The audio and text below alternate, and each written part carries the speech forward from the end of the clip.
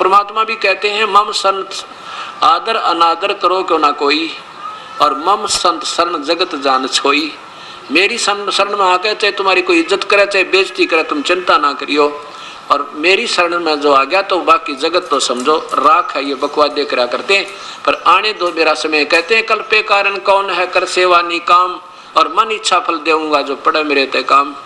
अब यहाँ उस परमेश्वर का काम आ गया था। इतने में आकाश से कहते हैं सोने और चांदी के 2 डले आए और समदन की थाली में पड़ गए, वो यावासी होगी। और इतने में कहते हैं ऊपर से वर्ष नोटों की बारिश होने लगी। नोटों चांदी के सिक्के थे पहले, ऐसे वर्षा होने लगी। और इतने में वो परमात्मा एक गाड़ी लेकर, भरी हुई गाड़ी, उनकी लड़कियों के देते हैं ना दहेज पेज, वो अगलियां की और पछलियां की, वो कम से कम 150 तीड़ लाकर दर दिए थान के थान। और वहाँ गाड़ी छोड़ दी कि ले उतार ले बेखारी न तुम अपने हमारे भगत के बारे में ऐसे नहीं कह देगी। और इतना कह कर समेत गाड़ी और बैल छोड़ कर वो अंतर ध्यान हो गए, परम पिता दिखाई नहीं दिए। बोलो सतगुरुदेव की जय।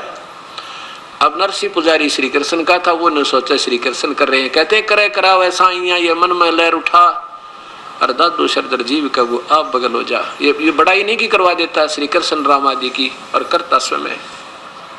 फिर क्या होता है कि एक दिन नरसिंह जब बैठा था अपनी कुटिया में झोपड़ी में, 4 साधु संत द्वारका जाने के लिए भगवान के उस द्वारका को देखने की इच्छा करके आगे।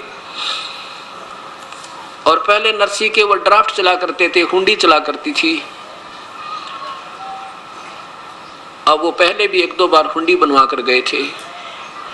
अब गांव में जाकर नगर में पता किया भी नरसिंह जी कहाँ हैं। वो गांव वाले ने बताया कि वो तो भाई बाहर बैठे हैं। क्या काम है कि एक हुंडी बनवानी थी। गांव वालों ने मजाक कर दिया, कहने लगा भाई वो नरसिंह एक बकवाद करता है, अब वो जल्दी सी हुंडी नहीं बनाता, उसको वो कहेगा मैं कंगाल हो गया हूँ। मजाक करता आजकल वो, और ज्यादा जोर दोगे ना जो बनाओगे ना तो बनाता नहीं। कहाँ है कि वो बाहर झोपड़ी में बैठा है, वहां चला गया।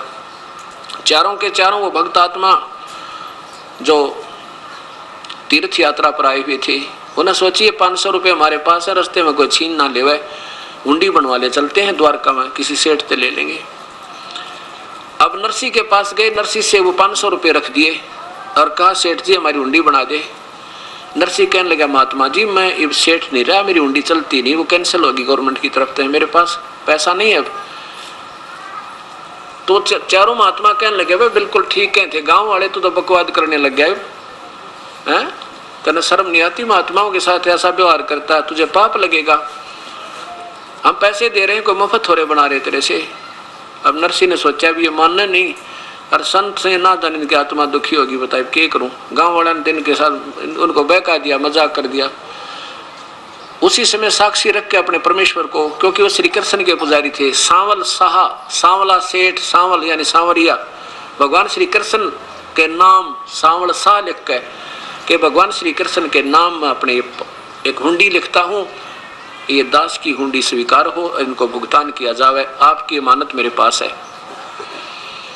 500 रुपये ले लिए और वो कागज बना के दे दिया, अब ले जाओ सेठ महात्मा जी। वो चल पड़े। पीछे से सेठ ने क्या किया, उन 500 रुपये का एक भंडारे का सामान, घी चावल खीर दूध दाद बना के और भंडारा कर दिया, 500 की रोटी खिला दी। अब 500 रुपये बहुत होते थे, 50,000 के करीब हो जाए आजकल के, पूरा भंडारा कर दिया। अब वो चारों महात्मा पहुंच गए कहाँ, द्वारका में। वहां जाकर पूछा भाई कोई सावड़ नाम का सेठ है। वो सेठ जिसकी हुंडी चला करती उसके पास गए, वो एक सेठ हुंडी उसकी चलती, उससे पूछ लो। उसने देखा, कहने लगे ये तो नरसिंह की बनाई हुंडी है क्या, ये नहीं चलती इसकी, अब ये तो कंगाल हो गया, दुनिया को ठगने लग गया, अब झूठी हुंडी बना के, ये तो दिवाला निकल गया इसका। तो सारी द्वारका में पूछ लिया, सांवल नाम का कोई सेठ हो, कोई नहीं पाया। और सब मजाक करने हो, नरसिंह तो ठगन लग गया दुनिया को, अब उसकी हुंडी नहीं चलती, उसका ड्राफ्ट नहीं चलता। अब चारों महात्मा जाके एकांत में बैठ के नगर तबार भाई के ने बता, वो तो मना करे था बेचारा, हमने सिर में दर्द कर दिया, उसके गले पीछे पड़ गए, किसी के कहने सुनता है। उनको ये भी विश्वास था कि वो नेक आत्मा है, हमारे पैसे जो के तो पाओगे, पर ये तो हम दिक्कत होगी यहाँ पे। इतना सोच ही रहे थे कि उधर नरसिंह जी की दिव्य दृष्टि काम करने लगी परम पिता की दया से। उसने देखा कि परमात्मा ने आके उनको महाराज संतों को पैसे दिए क्या नहीं दिए। देखा तो उनको पैसे नहीं मिले और मायूस हुए बैठे। अपनी पत्नी से कहा नरसिंह जी ने कि तूने जो सामान लाए थे हम 500 रुपए का, वो सारा वितरित हो गया या कुछ बकाया है। लगी जी थोड़ा सा आटा बचा है, ऐसा होगा तो 2-4 रोटियां बन जा। और वो कौन सा बचा, वो पलोथन का। पलोथन क्या होता था, पहले रोटी बनाने के लिए एक बनाते थे गोल गोल सी लोई, और उसको सूखे आटे में लगा लगा कर रोटी बनाती थे।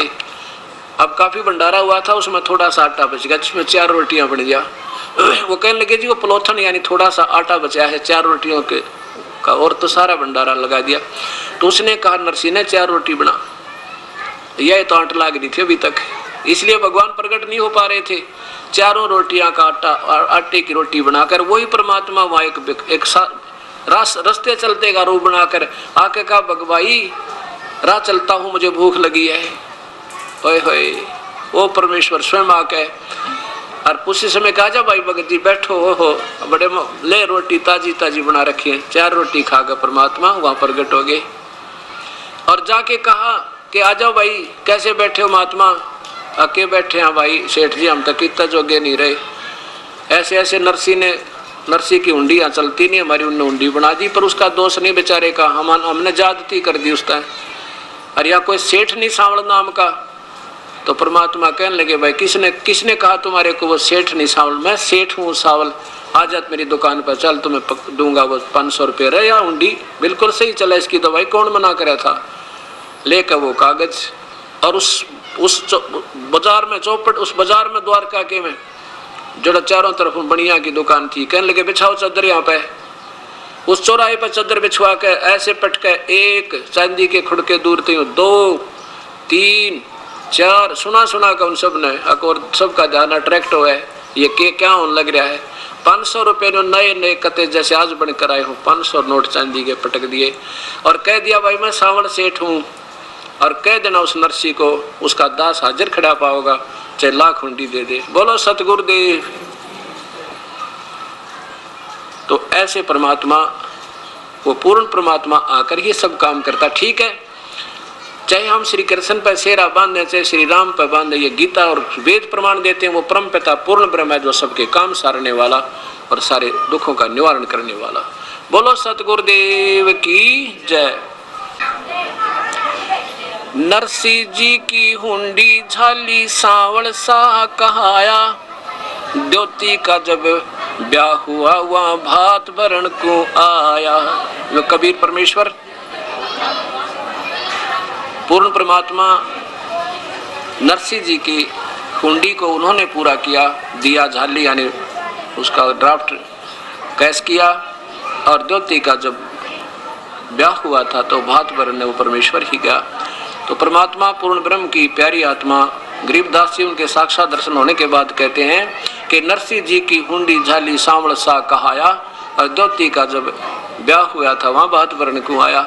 ये गीता जी प्रमाण करती है। फिर देखिए ये गीता जी का अध्याय नंबर 15 का और श्लोक नंबर 17 कि वो पूर्ण परमात्मा जो वास्तव में परमेश्वर कोई और है, वही तीनों लोकों में प्रवेश करके है, सभी वही कुछ करता है और कुछ कोई नहीं कर सकता। वही आत्मा का आधार है। अब देखिएगा अध्याय नंबर 15 का, वो अंतर्यामी परमात्मा एक अंश परमेश्वर का हमारे साथ रहता है, वही परमेश्वर की शक्ति। नीचे देखिए 17वां का श्लोक नंबर 15 का अक्षमा करना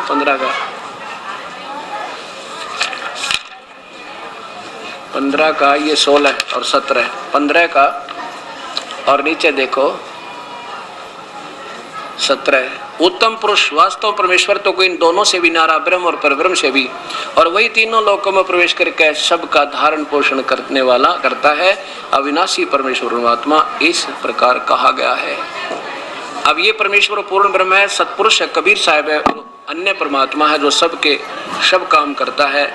तो क्या कहते, अंतर्यामी एक तू आत्म के आधार, जो तुम छोड़ो हाथ तो हमें कौन उतारे पार। सत साहिब।